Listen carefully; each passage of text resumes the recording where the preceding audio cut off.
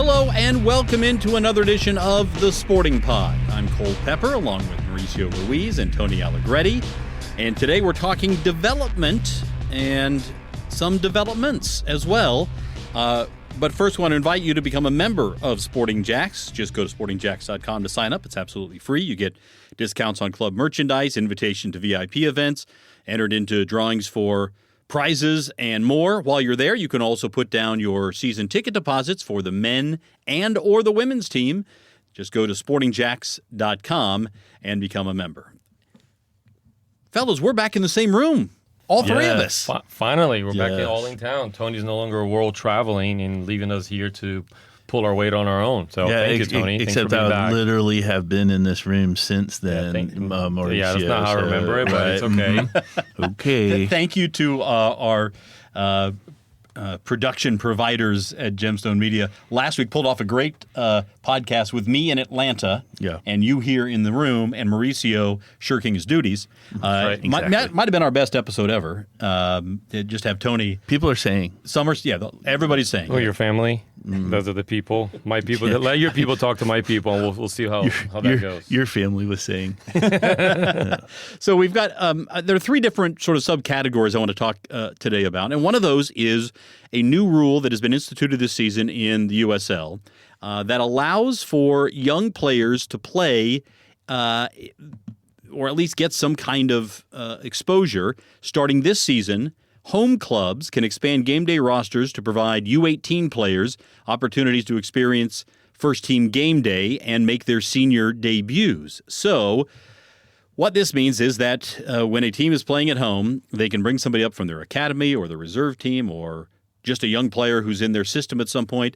And instead of having 18 players on the game sheet, they can have 20.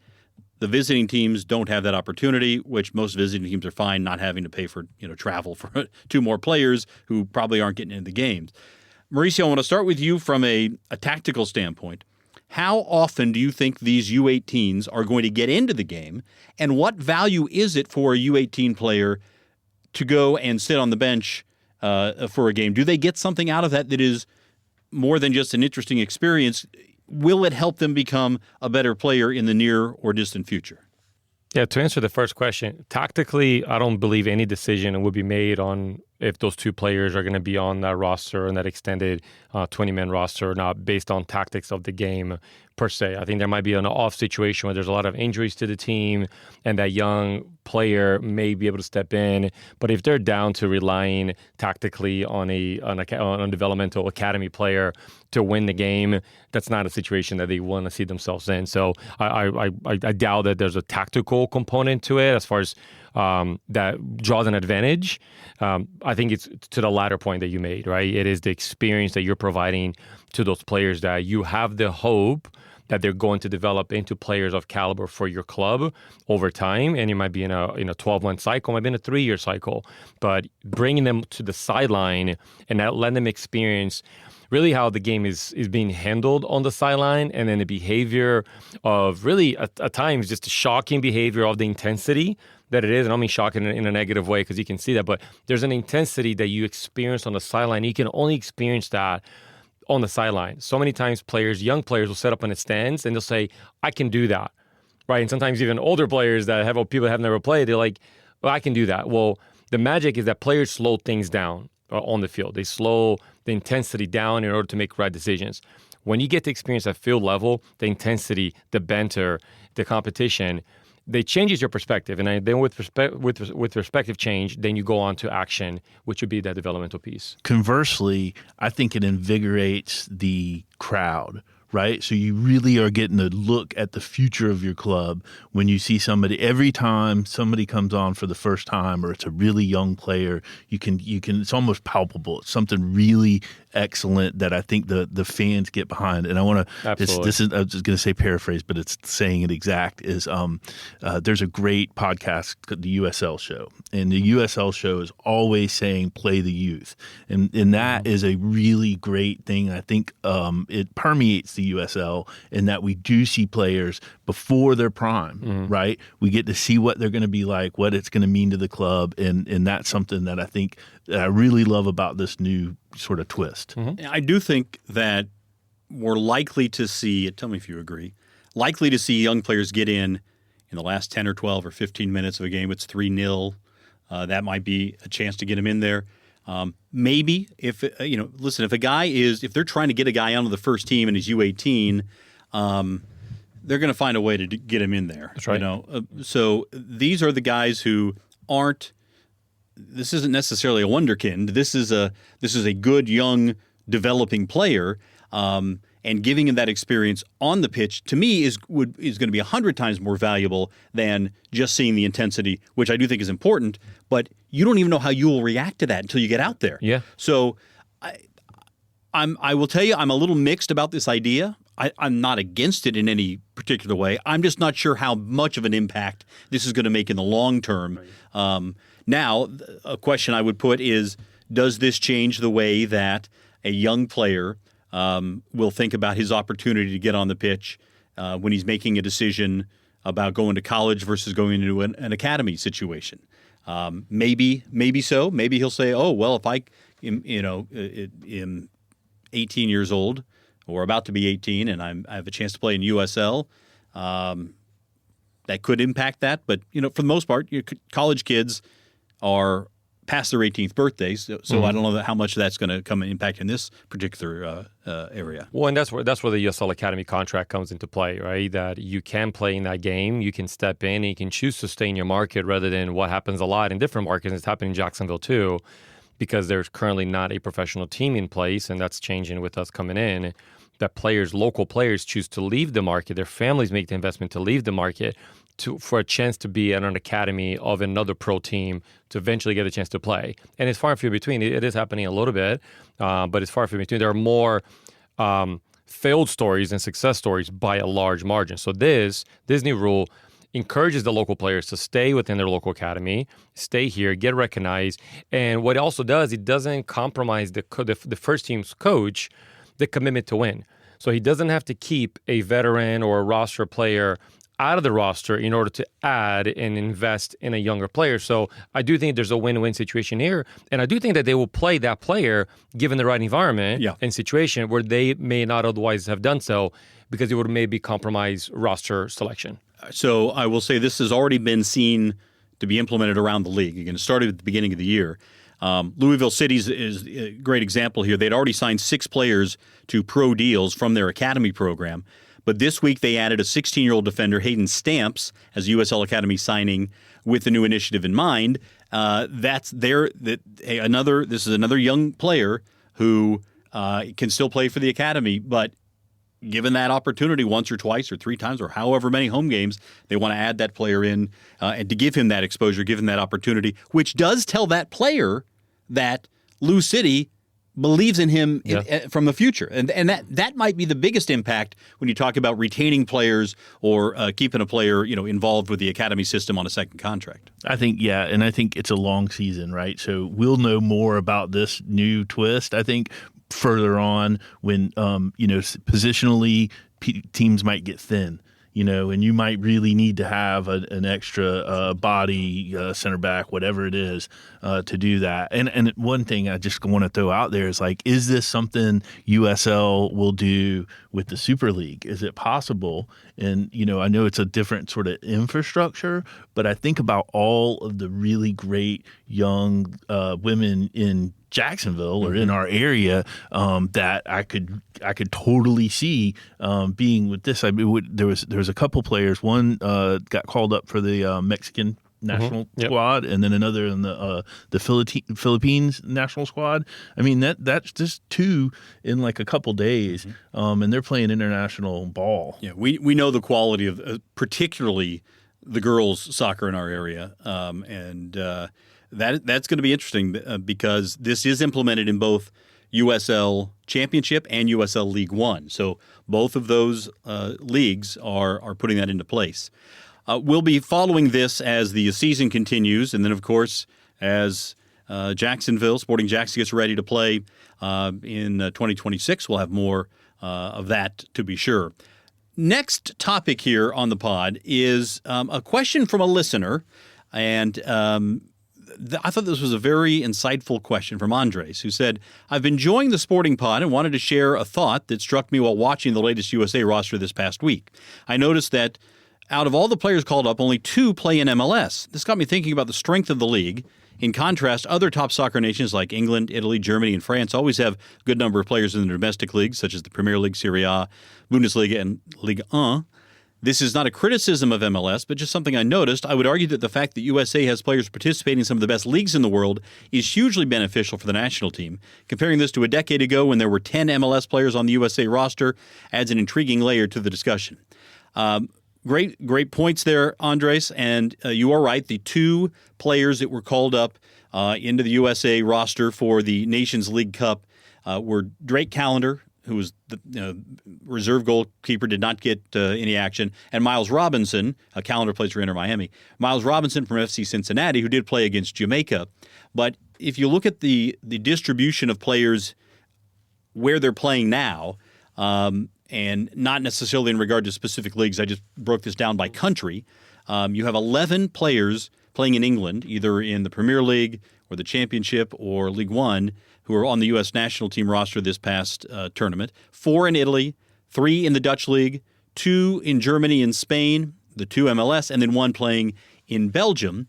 When I read this question and this point, 3 things occurred to me, and I'd like your feedback on all this. First, there are more good American players now than there have been in quite some time, and so those top leagues, especially the Big 5 leagues, but England, Italy, Germany, Spain, and France, and then I think both the Dutch League and the Belgian League probably would be considered in the next 5 in terms of the powerful leagues in Europe. They're recognizing American athletes and wanting to bring them in and get them involved, and I think there are more of those now than there were 10, 15, 20 years ago. Number 2 is that those top players, if they decided they wanted to make an impact domestically in MLS, there would be sort of a groundswell of these things. But until MLS becomes something that is closer to, maybe somewhere in the top 10 in the world as a league, I don't think you're going to see that. But it does bring up the question of developing those players, and if and what part the U.S. Soccer Federation has to play in developing those players from the ground up in the United States to become that next generation of U.S. men's national team players. Yeah, and to me, there's an easy comparison here, and even though it's for different reasons, but obviously, I was born and raised in Brazil, and we've always known that our national team is not representative of our national league. So you looked at Brazil just played England the other day, and they played Spain. There's only a couple guys that are playing in the Brazilian National League, which is the biggest transactional league in the world. They export more players, but the national team players, the top level players, different skills in the U.S. and a couple other countries for sure, but they're playing in Europe. So that's the litmus test, right? Like the best players are playing in the best leagues. So I think this is a really encouraging point that currently our best players that are representing the U.S. and giving the U.S. the best chance to compete at a world stage are playing in close enough, if not at the top league or the top teams in those leagues. They're within a striking distance, right? And their value are going up, their competition rate is going up. And one thing to kind of think about too, that a lot of people forget, when you're playing on the continent of the America, whether it's Brazil and Central America, South America, or North America, the landscape and the geography is so big. When you're playing in Europe, a long road match is a 2 to 3 hour train trip, right? So players can actually function and perform at a much higher level because they can recover better rather than playing here in the U.S. where you're going from East Coast to West Coast or Brazil, North to South. It is a long trip and it's really vast. So the players actually want to go to Europe, even if they're playing in the 2nd division or 3rd division, because they can develop more because the wear and tear on their body just isn't the same. Calendar for the MLS is a detriment as well. I mean, the travel thing, I think, is that's a no-brainer. If I'm Berhalter, I want all my guys to be playing in Europe. I want to be able to have access to them when everybody else does. And from a scouting standpoint, to your point, his staff needs to be able to reach more players that have in a better time frame than in different continents and different time zones. Yeah, that is interesting.